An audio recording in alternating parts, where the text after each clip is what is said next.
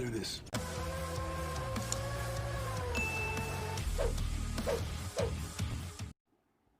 नमस्कार दोस्तों, मेरा क्लास में आप सभी का स्वागत है। यदि आप मेरे चैनल पर नए हो तो प्लीज़ लाइक करना, सब्सक्राइब करना और बेल आइकन पर ज़रूर क्लिक करना। और जो मेरे चैनल पर पहले से ज्वाइन कर चुके दोस्तों, वह मेरी वीडियो को लाइक करना, शेयर करना, ताकि ये इन्फॉर्मेशन सभी तक पहुंच चुके। राष्ट्रीय शैक्षण अनुसंधान और प्रशिक्षण परिषद, national council of education research and training, कक्षा 10वीं के विद्यार्थी के लिए एक बड़ी खबर आ रही है दोस्तों। जी हाँ, कक्षा 10वीं के स्टूडेंट के लिए NTSE national talent search examination notification. दोस्तों, नेशनल स्कॉलरशिप जीतने का 10वीं क्लास के लिए एक बड़ा सुनहरा अवसर आया है दोस्तों। ये 10th क्लास के लिए, ठीक है। ये स्कॉलरशिप नेशनल लेवल से की जा रही है, राष्ट्रीय लेवल से हो रही है। यदि 10th क्लास का स्टूडेंट इसमें क्वालिफाई हो जाता है तो उनको 11वीं और 12वीं में 1250 रुपये पर महीने, तथा जब वो फर्स्ट ईयर में जाएंगे ग्रेजुएशन करने के लिए तो उनको हर महीने 2000 रुपये पर महीने तक मिलेंगे दोस्तों। और इस फॉर्म के लिए कोई भी चार्ज नहीं लगेगा, ये फॉर्म निःशुल्क है। तो इसकी क्या गाइडलाइंस है, इसका फॉर्म कब से भरा रहा है, कौन सी डेट है, इसकी लास्ट डेट कब है और कौन किस माध्यम से फॉर्म डाल सकता है, तो इस वीडियो के माध्यम से वह जानकारी आपको मिलने वाली है दोस्तों। तो बने रहिए मेरा क्लासेस में। टाइम वेस्ट ना करते हुए अपन वीडियो स्टार्ट करते हैं दोस्तों। स्कूल शिक्षा विभाग, राष्ट्रीय शिक्षण अनुसंधान एवं प्रशिक्षण परिषद मध्य प्रदेश, राज्य शिक्षा केंद्र, राष्ट्रीय प्रतिभा खोज प्रथम चयन परीक्षा 2020-2021। राष्ट्रीय प्रतिभा खोज योजना वर्ष 1963 से प्रारंभ हुई है। ये दोस्तों 1963 से प्रारंभ हो चुकी है ये प्रथम राष्ट्रीय प्रतिभा खोज स्कॉलरशिप टेस्ट, जो कि इसका उद्देश्य प्रतिभावान छात्रों के चिन्हित करना एवं उन्हें छात्रवृत्ति प्रदान करना है। इसका मेन उद्देश्य क्या है कि जो प्रतिभावान छात्र हैं, छात्राएं हैं, उनको सिलेक्ट करना है और उनको छात्रवृत्ति इसके माध्यम से दी जाएगी। NCERT नई दिल्ली द्वारा राष्ट्रीय प्रतिभा खोज परीक्षा कक्षा 10वीं के छात्रों के लिए आयोजित की जाती है दोस्तों। ये NCERT दिल्ली द्वारा राष्ट्रीय प्रतिभा खोज केवल 10वीं विद्यार्थियों के लिए की जाती है, 10वीं क्लास के विद्यार्थियों के लिए ही की जाती है। तो इसके बाद अपन आगे चलते हैं दोस्तों। इसमें पात्रता क्या है? पात्रता मध्य प्रदेश में स्थित मान्यता प्राप्त विद्यालयों में कक्षा 10वीं में नियमित रूप से अध्ययनरत विद्यार्थी इस परीक्षा में सम्मिलित होने का पात्र हैं, ठीक है। क्या है कि जब आपको सिर्फ 10th क्लास में होना चाहिए, ठीक है ना तो 9th क्लास में, ना तो 11th क्लास में, आपको प्रेजेंट में इस स्थिति में आपको 10th क्लास में होना चाहिए और इसका फॉर्म डाल सकते हैं। इसके बाद सम्मिलित होने के लिए दूरस्थ मुक्त शिक्षा ओपन स्कूल में पंजीकृत ऐसे छात्र जो 1 जुलाई 2020 को 18 वर्ष से कम उम्र के हो, कहीं कार्यरत न हो एवं कक्षा 10वीं की परीक्षा में पहली बार सम्मिलित हो रहे हों, भी छात्रवृत्ति के लिए पात्र हैं। देखो यहाँ पे आपको लिए एक विशेष वह है कि आपको 18 साल से ज़्यादा नहीं होना चाहिए। 18 साल से क्या होना चाहिए? कम होना चाहिए, और वो किसी कार्यरत में ना हो, मतलब वो कोई काम करता नहीं हो, और वो 10वीं का जो परीक्षा पहली बार दे रहे हो, ठीक है ना, ऐसा नहीं कि दूसरी बार दे रहे हैं, ठीक है। तो वह स्टूडेंट इसके लिए एलिजिबल है और वह फॉर्म डाल सकता है। छात्रवृत्ति कैसे मिलेगी आपको? छात्रवृत्ति NCERT नई दिल्ली द्वारा द्वितीय स्तर की राष्ट्रीय प्रतिभा खोज है, ये दूसरे स्तर पे है दोस्तों, ठीक है। राष्ट्रीय प्रतिभा खोज परीक्षा के आधार पर पूरे देश में 2000 छात्रवृत्ति प्रदान की जाती है। छात्रवृत्ति की राशि निम्नानुसार है। अब आपको कितनी राशि मिलने वाली है? 11th एवं 12th क्लास के लिए 1250 रुपये प्रति माह। जब यदि आप इस एग्ज़ाम को क्वालिफाई कर लेते हैं दोस्तों, तो आपको 11th क्लास और 12th क्लास में आपको 1250 रुपये प्रति माह मिलेगा। हर महीने आपको 1250 रुपये मिलने वाले हैं। इसके बाद स्नातक एवं स्नातकोत्तर उत्तर कक्षाओं के लिए 2000 प्रति माह मिलेंगे। आप यदि 12th के बाद फर्स्ट ईयर जाएंगे, सेकेंड ईयर जाएंगे, थर्ड ईयर जाएंगे और ग्रेजुएशन के बाद PG करेंगे, पोस्ट ग्रेजुएट के लिए करेंगे, तो आपको हर महीने 2000 रुपये मिलने वाले हैं, ठीक है ना। ग्रेजुएशन में आपको 2000 रुपये मिलेंगे, पोस्ट ग्रेजुएशन में भी आपको 2000 रुपये मिलेंगे। और PhD यदि आप करते हैं तो UGC टेस्ट होंगे, वो उनके अकॉर्डिंग आपकी स्कॉलरशिप सेलेक्ट की जाएगी। इसके बाद आगे चलते हैं। आरक्षण प्रथम चयन परीक्षा में आरक्षण हेतु मध्य प्रदेश शासन के नियम एवं निर्देश यथावत लागू रहेंगे। मतलब मध्य प्रदेश में जो नियम चल रहे हैं, मतलब आरक्षण वाले, वो मध्य प्रदेश शासन के अनुसार ही की जाएंगे। जैसे कि यहाँ पर दिया, पिछड़ा वर्ग, अनुसूचित जाति या अनुसूचित जनजाति के अभ्यर्थी ही आरक्षण के पात्र होंगे, ठीक है ना। मध्य प्रदेश में पिछड़ा वर्ग, अनुसूचित जाति, अनुसूचित जनजाति, यही जाति के लोग वहाँ पे मध्य प्रदेश में आरक्षण के पात्र किए होंगे। इसके बाद आगे चलते हैं दोस्तों, इसमें मेन गाइडलाइंस आपके लिए, परीक्षा एवं आवेदन हेतु महत्वपूर्ण तिथियां। जैसे ऑनलाइन आवेदन पत्र भरने की प्रारंभ तिथि 21/10/2020, मतलब 21 अक्टूबर से ये फॉर्म भर चुका है दोस्तों, और आज 28 तारीख हो चुकी है, ठीक है ना। अपन लेट हो चुके हैं, 7 तारीख लेट ऑलरेडी निकल चुकी है, 7 दिन निकल चुके हैं, और 21 तारीख से इसका फॉर्म डालना स्टार्ट हो चुका है। आवेदन पत्र भरने की अंतिम तिथि क्या है दोस्तों, 13/11/2020, 13 नवंबर तक आप फॉर्म डाल सकते हैं, मतलब आज 28 तारीख से तो समथिंग 12-13 दिन बचे हुए हैं। और प्लीज़ अब डोंट वेस्ट टाइम, और आप इसके लिए फॉर्म जल्दी से जल्दी फॉर्म डालना यदि आप एलिजिबल हैं। आवेदन परीक्षा दिनांक व दिन, आपका जो एग्ज़ाम होने वाला है 13/12/2020 रविवार को होगा, मतलब दिसंबर में होगा। आपका एग्ज़ाम कब होगा, 13 तारीख दिसंबर में, है ना, 13 तारीख 12 महीना 2020 में रविवार को एग्ज़ाम होगा। परीक्षा का शुल्क आपका निःशुल्क है, इसमें आपको कोई फीस नहीं लगने वाली है दोस्तों, जो आपको पहले बता चुका हूँ।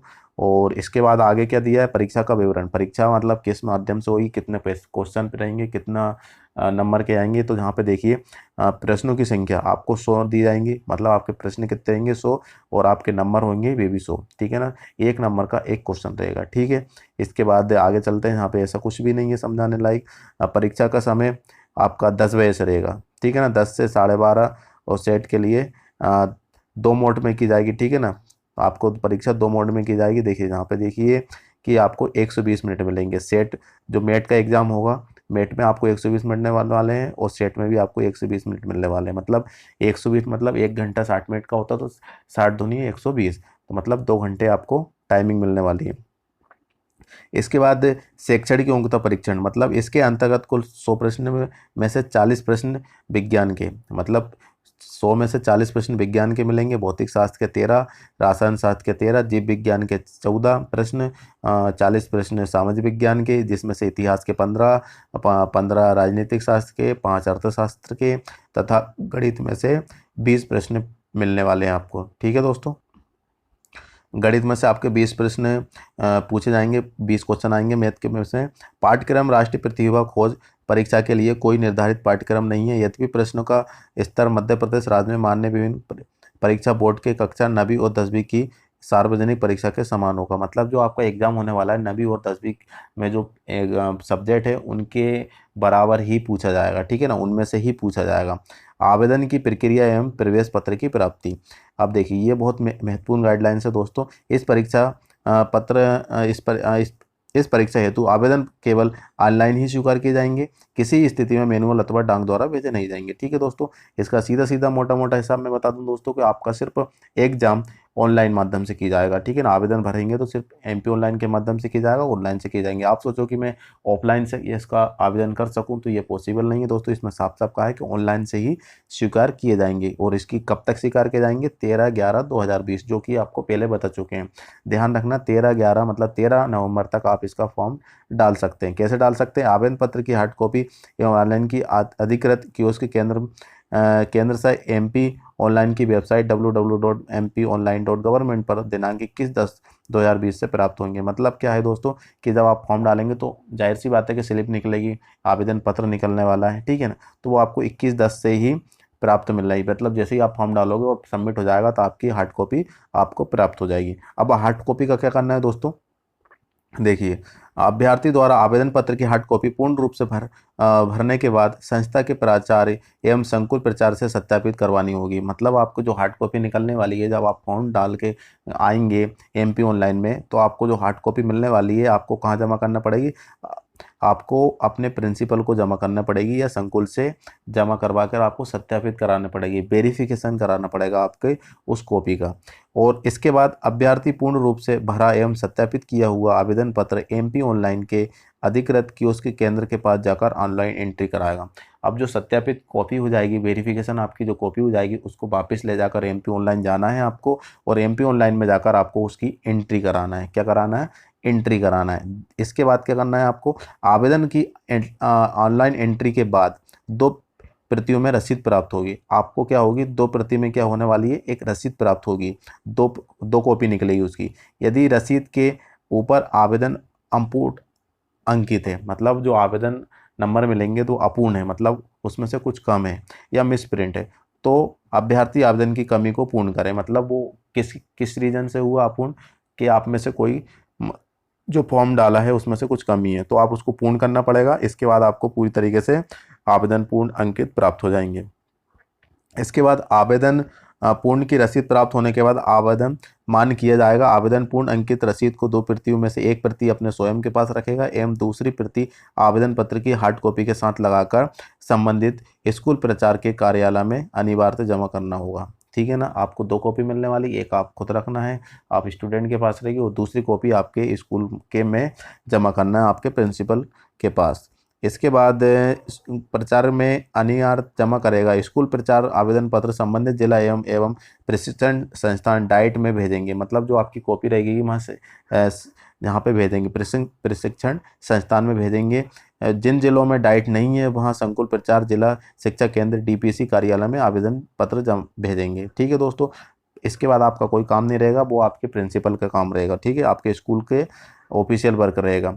इसके बाद स्वयं के नाम का जाति प्रमाण पत्र, निःशक्तता प्रमाण पत्र, आर्थिक रूप से कमजोर वर्ग हेतु सत्यापित प्रति ऑनलाइन पोर्टल पर अपलोड कराना होगा, अन्यथा आवेदक को सामान्य श्रेणी का स्वीकार किया जाएगा। आपका मतलब आप जाति प्रमाण पत्र है, आपके पास SC ST OBC कैटेगरी में आते हैं, और डिसेबिलिटी का आपके पास कोई भी सर्टिफिकेट है, तो आपको उसको MP ऑनलाइन में जाकर आपको पोर्टल पे अपलोड करना होगा। यदि आप ऐसा नहीं करते हैं तो आपको एक जनरल कैटेगरी में माना जाएगा और उसके अकॉर्डिंग ही आपको एग्ज़ाम होगा। ठीक है दोस्तों, इसके बाद आप प्रवेश पत्र नवंबर माह 2020 के तीसरे सप्ताह में प्राप्त हो जाएगा। मतलब आपका 13 दिसंबर में तो आपका एग्ज़ाम है, और आपका जो एडमिट कार्ड आने वाला है वो MP ऑनलाइन की वेबसाइट पर मिल जाएगा, और वो कब मिलने वाला है, नवंबर के तीसरे सप्ताह में प्राप्त हो जाएगा MP ऑनलाइन की वेबसाइट पे। और आपको लेटेस्ट इन्फॉर्मेशन मेरा क्लासेस के माध्यम से तो मिलती ही रहेगी, तो प्लीज़ दोस्तों सब्सक्राइब ज़रूर कर लेना, ताकि इसकी इन्फॉर्मेशन आप तक मैं पहुंचा दूं। और इसके सोल्व पेपर में आपको बिल्कुल आपको मैं नेक्स्ट वीडियो में प्रोवाइड करने वाला हूं, और इसका पूरा नोटिफिकेशन भी आपको डिस्क्रिप्शन से डाउनलोड कर सकते हैं। ठीक है दोस्तों, परीक्षा का माध्यम हिंदी तथा अंग्रेजी होगा। आप स्टूडेंट जिस मीडियम से देना चाहता है वह मीडियम आप स्टूडेंट चूज़ कर सकता है। हिंदी में देना चाहता हो तो हिंदी ही चूज़ कीजिए, और इंग्लिश में देना चाहता हो तो इंग्लिश में एग्ज़ाम दे सकता है। परीक्षा का शुल्क, इस परीक्षा की कोई शुल्क दे नहीं होगा। ठीक है, इसकी कोई परीक्षा फीस नहीं दी जाएगी। महत्वपूर्ण निर्देश भी बहुत जरूरी है दोस्तों। परीक्षा प्रारंभ होने पर 30 मिनट पूर्व परीक्षा केंद्र पहुंचना अनिवार्य है। आपका एग्जाम यदि 9 बजे से है तो आपको 8:30 बजे तक आपको परीक्षा केंद्र पहुंचना बहुत अनिवार्य है। ठीक है दोस्तों, इसके बाद सेलुलेटर, mobile phone, calculator, log tables, नकल पर्चा, किसी भी तरह के इलेक्ट्रॉनिक यंत्र आदि का प्रयोग प्रतिबंधित है। ठीक है, आपको एग्जाम सेंटर परीक्षा केंद्र में आपको किसी प्रकार का electrical device, calculator, mobile phone, Bluetooth, किसी भी प्रकार का सामान लेके नहीं जाना है। सभी प्रश्न वस्तुनिष्ठ प्रश्न प्रकार के होंगे। मतलब आपके वस्तुनिष्ठ होने वाले हैं, मतलब MCQ choose the correct option आने वाले हैं। ठीक है दोस्तों, इस परीक्षा हेतु कोई ऋणात्मक अंक भी नहीं है। इसके बाद आपके कोई गलत मार्क्स, गलत आपने टिक कर दिया, गलत क्वेश्चन का मतलब आंसर गलत दे दिया उसका, तो इसके लिए कोई पेनल्टी नहीं है आपका कोई नेगेटिव मार्क्स नहीं है। उत्तर स्तर परीक्षा उपरांत परीक्षा के पास अनिवार्य रूप से जमा करनी हो। मतलब आपका पूरा टाइम हो जाएगा तो आपको प्रशिक्षण के पास आपकी वो कॉपी जमा करनी अनिवार्य है। परीक्षा संबंधी विस्तृत विवरण परीक्षा संबंधी नियम पुस्तिका में उपलब्ध है, जिसमें MP ऑनलाइन के नियम, मतलब जो आपके नियम हैं जो तो मैं बता ही चुका हूँ। इसके बाद वो भी नियम है, तो आपको www.mponline के माध्यम से इसकी पूरी जानकारी मिल सकती है इस पर जाकर। इसके बाद पुनर्मूल्यांकन, इस परीक्षा हेतु पुनः परीक्षा मूल्यांकन का प्रावधान नहीं है दोस्तों। ठीक है, जैसे कि आपको डाउट है कि हमने तो बहुत सारा अच्छे से पेपर गया था लेकिन फिर भी मार्क्स कम आए, तो आप सोचो कि मैं इसकी रीचेकिंग करवाऊँ, तो दोस्तों ऐसा पॉसिबल नहीं है, बिल्कुल भी पॉसिबल नहीं है। ये इसकी कोई रीचेकिंग नहीं होगी। जितना मार्क्स आपको आ जाते हैं वह उतने ही रहेंगे। ठीक है ना, वो उसमें ऐसा कुछ भी नहीं है कि आपको रीचेकिंग का फॉर्म डाल सकते हैं। ठीक है ना, तो ऐसा कुछ नहीं है।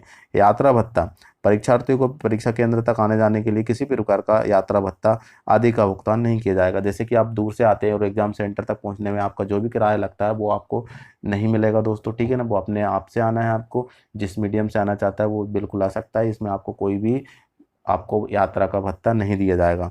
इसके बाद लोकेश कुमार जाटव, आयुक्त राज्य शिक्षा केंद्र, देखिए लोकेश कुमार जी के जाटव के यहाँ पे क्या है, सिग्नेचर है। तो दोस्तों ये पूरा गाइडलाइंस बता चुका हूँ और उम्मीद करता हूँ कि आपको अच्छी तरीके से समझ में आया होगा। और इसका पूरा नोटिफिकेशन आप डिस्क्रिप्शन पे लिंक में डाउनलोड कर सकते हैं, डिस्क्रिप्शन में जाकर। और आरटी में एडमिशन कब होंगे और उसकी भी वीडियो की लिंक मैं आपको डाल दूंगा। नवोदय का एग्ज़ाम की डेट आ चुकी है, फॉर्म भराना स्टार्ट हो चुके हैं। यदि किसी भी स्टूडेंट को डालना है पेरेंट्स को, तो प्लीज़ डिस्क्रिप्शन में जाकर उस वीडियो की लिंक भी देख लीजिए, ठीक है ना। और किसी भी प्रकार की जानकारी के लिए मुझे कमेंट बॉक्स में कमेंट भी कर सकते हैं दोस्तों। और एक बार फिर से मेरा क्लास में आप सबका स्वागत है और मिलते हैं दोस्तों नेक्स्ट वीडियो में। जब तक के लिए थैंक यू सो मच।